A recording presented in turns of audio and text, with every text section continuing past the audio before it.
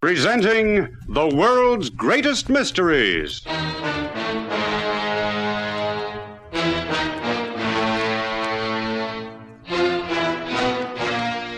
And now, your host. This is Basil Rathbone. Once again, I bring you mystery. What's your pleasure for today? Gaslight or neon? Well, let's take our mystery in the modern manner. A tale as up-to-date as today's newspaper. Our storyteller works for the Paris edition of a famous American newspaper, and his job is to investigate the stories behind the headlines. Sometimes from small beginnings, a paragraph tucked away on page 6, shall we say, Mike finds the lead to big and exciting news. Take today's story, for instance. If Mike hadn't... Well, yes, but I mustn't tell you the story for him. Let him relate it, just as it happened to him. And now, to you. In a moment, the story begins.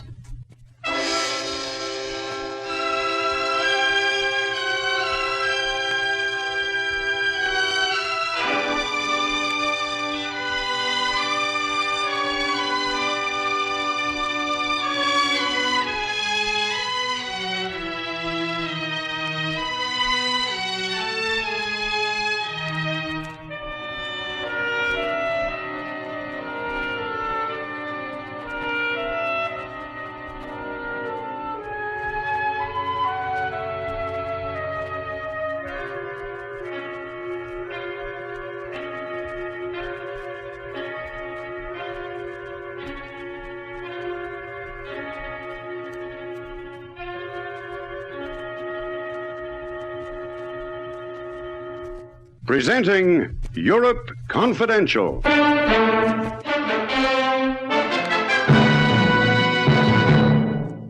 Good evening, mein Herr. So you have come to catch the sniper, huh? Look, I guess we made a mistake. Herr Geiler, I hope you'll pardon the question, but I just want to set my mind at rest. Did you come in just a few moments ago? Nein, I have been lying in the warm bath for the past 20 minutes. Nor did I drop a rifle on the doorstep.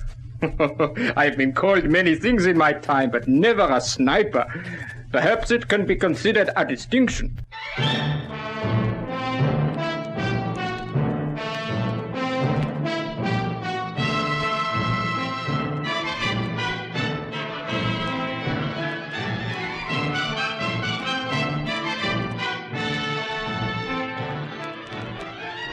In a moment, we'll bring you Lionel Merton as Mike Kanoy, the Paris correspondent of a famous American newspaper, in another exciting story in our series, Europe Confidential.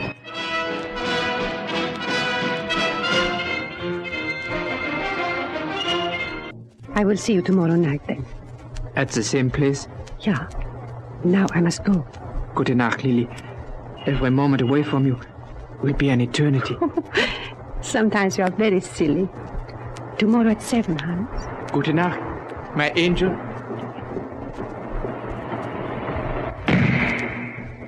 Lily! Lily! Oh, the sniper! She's been shot! The sniper!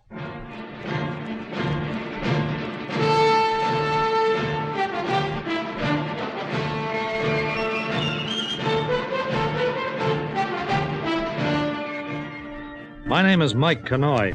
I write a column called Europe Confidential for a New York paper in Paris.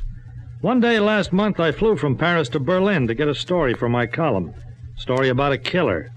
The newspapers all called him the Sniper. He'd committed 3 murders in the space of 4 months, and the victim in each case was a young, beautiful girl. The Berlin police were almost frantic in their efforts to catch him, but so far, no luck. When the plane touched down at the airport, Ed Mills, our Berlin correspondent, was there to meet me. Mike, you old so-and-so. Hi, Ed. Well, what's the big idea, moving in on my territory? Why doesn't Paris get a sniper of her own? Well, I'll tell you, we advertised, but, well, nobody's willing to take the job. How are things anyway? Oh, fine, just fine. Got myself a honey of an apartment in the classiest part of the city, and every Fraulein in Berlin's just crazy about me. What more could a guy want? All right, now I'll settle for a cab. I'm supposed to wire in a story of Paris by 3 p.m. My car's right outside the gates. And if you made an hotel booking, cancel it. You're staying at my place. Well, if it won't put you out, Ed. No, I got plenty of room. Come on, grab your bag out of the pile and we'll get going.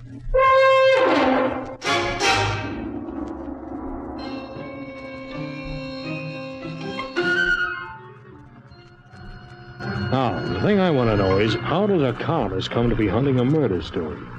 The human interest. In a story like this? Well, a killer's human. People are interested. Well, yeah, when you put it like that. Well, I'm not after the main story. I'll leave that to you, Ed. I just want the odd angles, cute stuff, you know. Sure. We'll be able to work together then. Although if you plan to stay in the city until the sniper's caught, you better prepare to be away from Paris for a long time. It's like that, huh? You can't blame the cops. Where do they start? Every time a murder's been committed, it's been in a different part of the city. The only thing each crime has in common is the victim. Pretty girls. Every time. Guy uses a .22 rifle, probably fitted with telescopic sights. He takes up his position on the roof of a building and waits. A pretty girl comes into view, and he fires. Crowd panics. By the time the police arrive on the scene, he's gone. Well, a rifle's a pretty large article to conceal. Maybe he dismantles it and hides it under his coat. It wouldn't be difficult. Yeah. Well, there's nothing much the cops can do except wait. Hope that the next time they catch him before he gets away. That's about it. Well, he's obviously crazy, but why's he got this desire to kill? Why are his victims always the same? I can't answer that one. For this evening, I'm interviewing somebody who possibly can. Herr Dr. Atzwarn. He's one of the city's fashionable psychiatrists. Get your story phoned through as soon as we get to the flat, and then you can come along with me if you like. Fine. I've always agreed with the guy who said anyone who goes to a psychiatrist ought to have his head read, but nevertheless, it should prove interesting.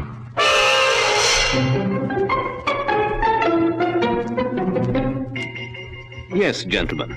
The killer is psychotic, I can assure you of that. And I can also guarantee that he will continue to commit these crimes until caught. What do you think the reason is, Doc? Who knows? The illness could have been triggered by any number of things. The real cause probably lies buried deep in the killer's childhood. Perhaps for some reason he once wished his mother were dead. He felt guilty about his thoughts, repressed them, and they lay smoldering deep in his subconscious for many years until, at last, they are released to the conscious. So? Suddenly he's aware of a desire to kill, an overpowering urge to destroy beautiful women. So he buys a rifle and sets out to do just that. Exactly. Or perhaps he imagines himself to be repulsive to women. He feels that no woman wants him. He feels rejected, resentful. And so he takes his revenge in this way. But, gentlemen, until he is caught and examined, we can only surmise. What sort of a guy do you think he'd be? Well, superficially, he is probably as rational as I. He could probably hold a normal conversation with you, joke with you. And a few moments later, he could go out again and kill. He could, in other words, be almost any adult male in Berlin. Exactly. Yeah, no wonder the police are having trouble trying to trace him, then. Yeah, Herr Connoy. Compared to this, looking for a needle in a haystack would be the play of a child.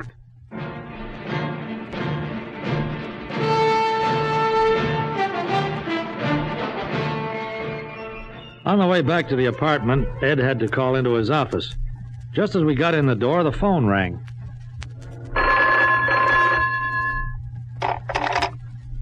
Edmund speaking. Oh, yeah, Otto. What? When? Holy smoke, where was it? Yeah, I've got it, Otto. I'll get down there right away, and thanks for the tip. Come on, Mike. Victim number 4? Yeah, he's killed again. I'm not 200 yards from this office.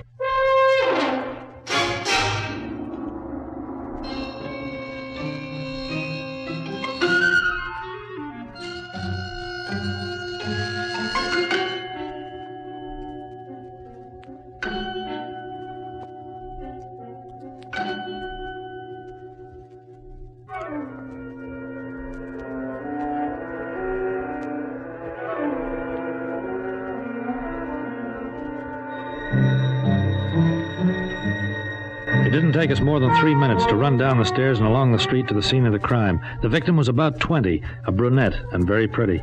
She'd been shopping, and her basket lay beside her with a parcel spilling out over the sidewalk. A big red stain was covering her white blouse. One glance told me she was dead. Pardon me. Did you see it happen? I'm a reporter. Oh, she was walking just ahead of me. I thought she'd fallen over. I went to help her up, and oh, the blood. You didn't see who fired the shot? Nein, the blood, it was everywhere. Did you hear a shot then? No, nothing. She was walking in front of me, and she just fell. I thought she was sick. You don't know the girl? She's a complete stranger to me. The blood, it was horrible. She just fell over as though she was sick. Come on, Ed, I've seen enough. I never did have a very strong stomach for this sort of thing. Me neither. Out of the way there, please. Let the ambulance men through, and nobody leave until you're given permission. And of the cops. Once again, too late. Sergeant, have your men set up a block at the intersection. And jump to it. Let nobody through unless I tell you to. Now, who saw this happen? Even with our press cards, it took us 15 minutes to get out of the area. The police fenced in 4 city blocks and went over every building. They questioned and searched every man they found.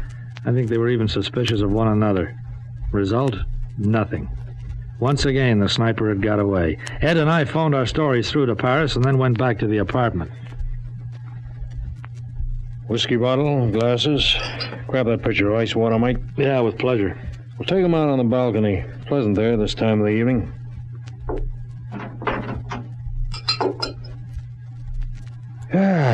Go on, take a seat. I don't know about you, but I need a stiff one. I'm gonna have nightmares for a month. Better make it 2 stiff ones. Sudden death's bad enough, no matter who it happens to. But when it's a girl, a nice-looking kid, just a kid, in fact. Well, cheers. Yep.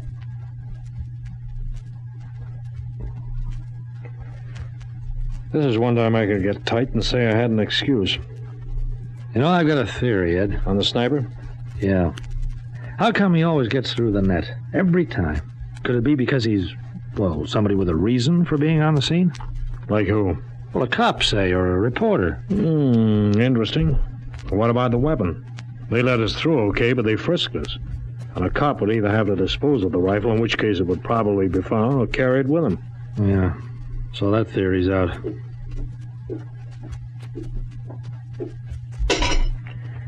It seems he fires the shot and then beats it immediately. By the time the first police car's on the scene, he's probably a half mile away. Wait a minute, Ed. Huh? Across the road. There's somebody standing there. Where? He just went in one of those doors. So what? Ed, look, I know it's pretty dark, but I'm willing to swear that guy dropped a gun barrel out of his coat and then picked it up again. Oh, now come on, Mike. I'm serious. You heard it drop yourself. You must have. Sure, but I didn't take any notice. Well, I did. As he stooped down and picked it up, I saw it glint. You know, the way metal will, even in the dark. Now, look, Mike, you got this sniper business on your mind. We both have, but... Imagination or not, I'm going to cross the street and take a look. You coming, Ed?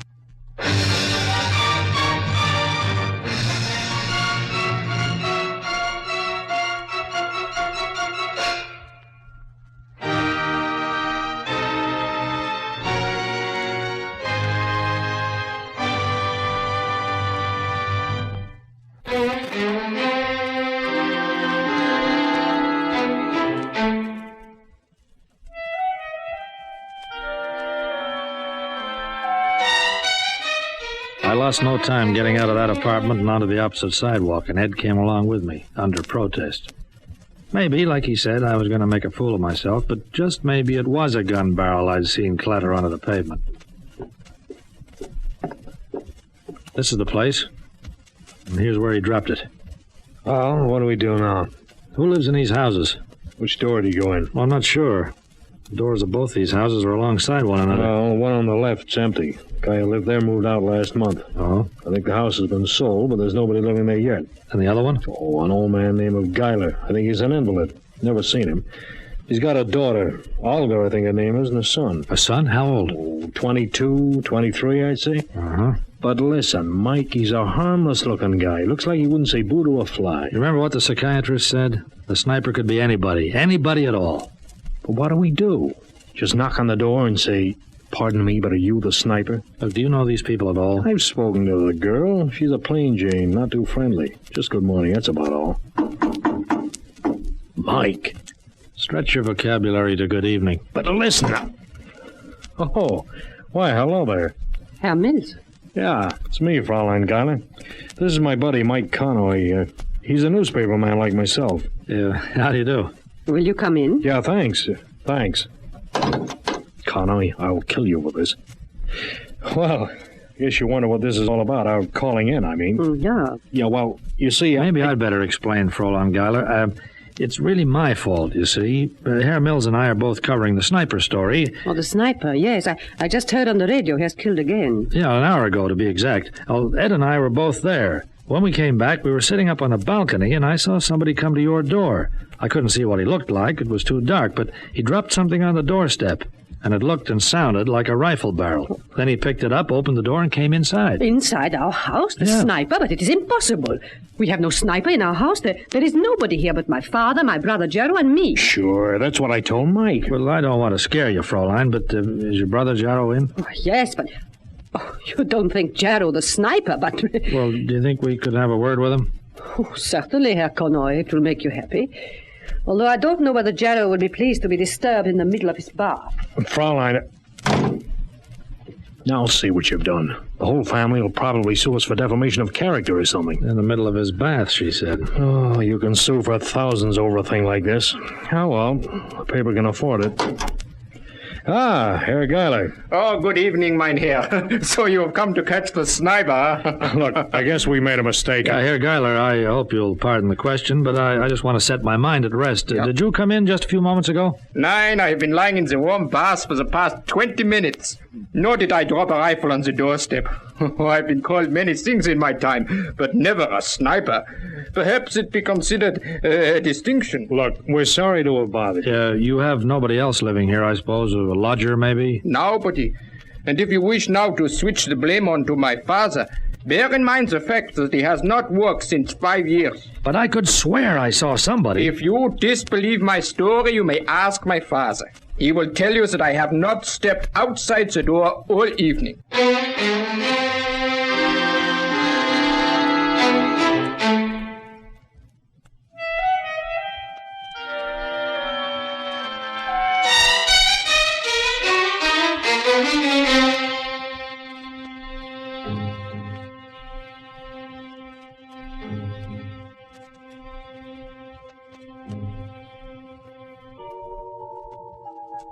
Sure, I know. You thought you saw somebody go in there, you'd swear it on a stack of Bibles. And I would. Look, have another drink and forget about it. Maybe he went into the house next door. We checked, remember? Cobwebs on the doorknob. Nobody's opened that door in weeks. Well, then they must be covering up for him for some reason. Oh, nuts. You spoke to the guy. He was laughing about it, fortunately. He'd taken it into his mind to sue. And that's what Dr. Atzvan said. The sniper would joke with you and then go out and kill. And he's the sort of guy that could have a grudge about his looks.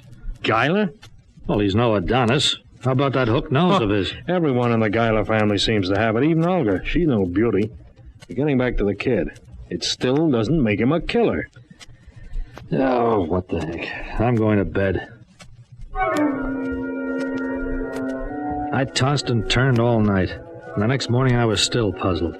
It just didn't add up. Late that afternoon, I went for a stroll. I walked past the Geiler's house and stopped for a moment where I'd seen the rifle barrel fall. A shiny little object against the wall caught my eye. I stooped down and picked it up. It was a cartridge, a .22 rifle cartridge.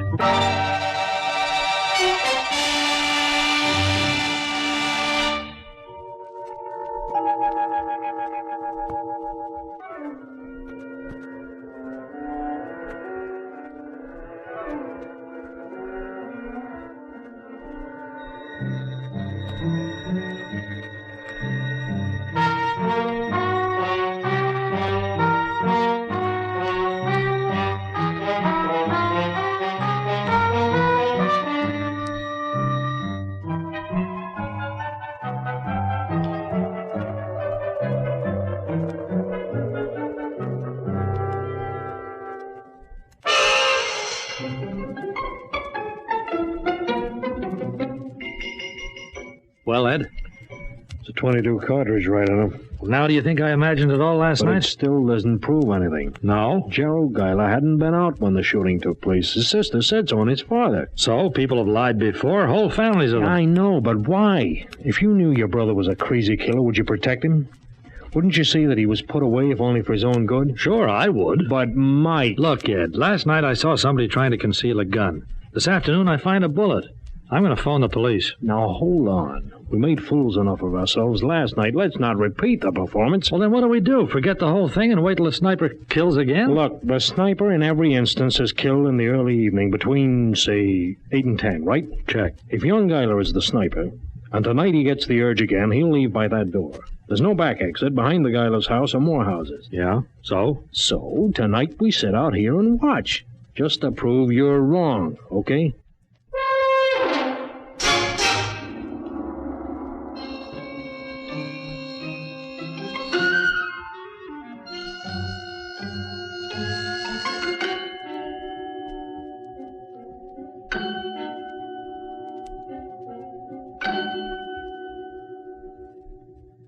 Ed still insisted that I was making a mistake, that there was nothing in the whole thing. But before we took up our positions on the balcony, I noticed he rooted out an old Army service pistol from somewhere and stuck it in the top of his pants, just in case. Well, we sat, and we waited. 8:30. Life gets tedious, don't it? Yeah, it's almost completely dark, and no moon. Say, what if the sniper decides not to kill again for a month or two? Do we sit out here every night? Huh? The door's opening. Yeah, somebody's coming out. Come on, Ed, and hurry.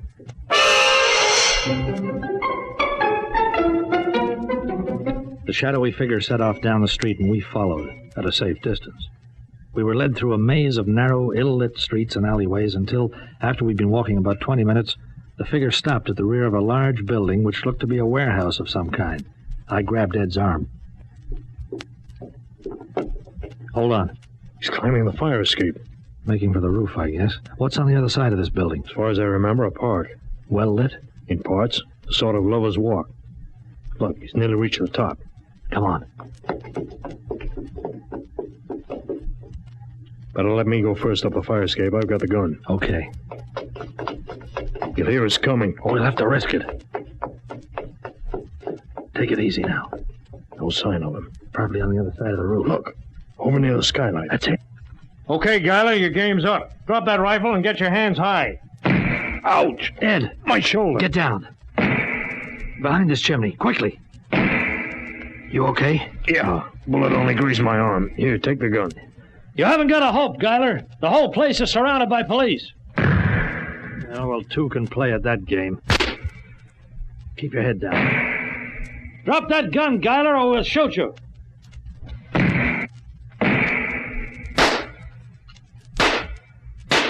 Did you get him? That's all bluff. I can't even get my head up far enough to see him.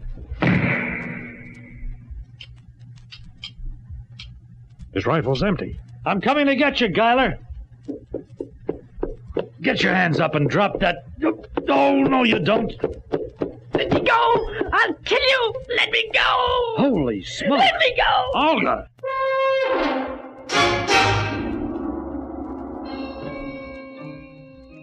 Yep, it all made sense then. The reason the police had never caught the sniper was that they'd been looking for a man. A woman, even a woman wearing slacks and a duffel coat, could get through their roadblocks without causing a second glance. After shooting her victim, Olga would dismantle the rifle and strap it beneath her coat. If she hadn't dropped the barrel that night, she might still be free. Why did she do it? Well, she was a plain girl with a big nose. She thought she was ignored and ridiculed. She thought that no man wanted her. So she took her revenge in her own crazy way by killing beautiful women. Olga didn't even stand trial. She was committed to an institution. I guess she'll be there for a long time to come.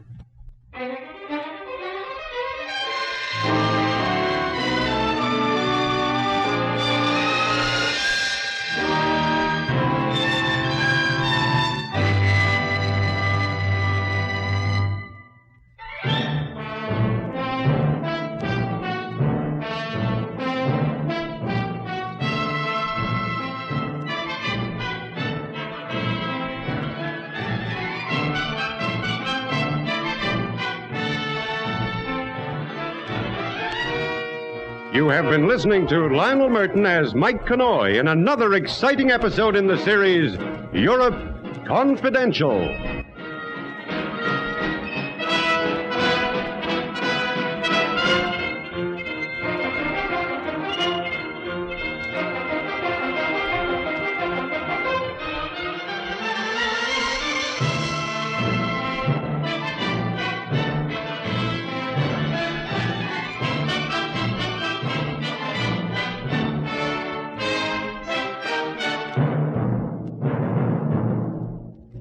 This is Basil Rathbone again. Our half hour of mystery is almost over. Mike will be back again soon with another tale that makes the headlines behind the news. I, too, will be back to recall to you more of these stories which I hope you enjoy. Stories of mystery, suspense, intrigue, and crime. Well, goodbye now till we meet again to listen to another of the world's greatest mysteries.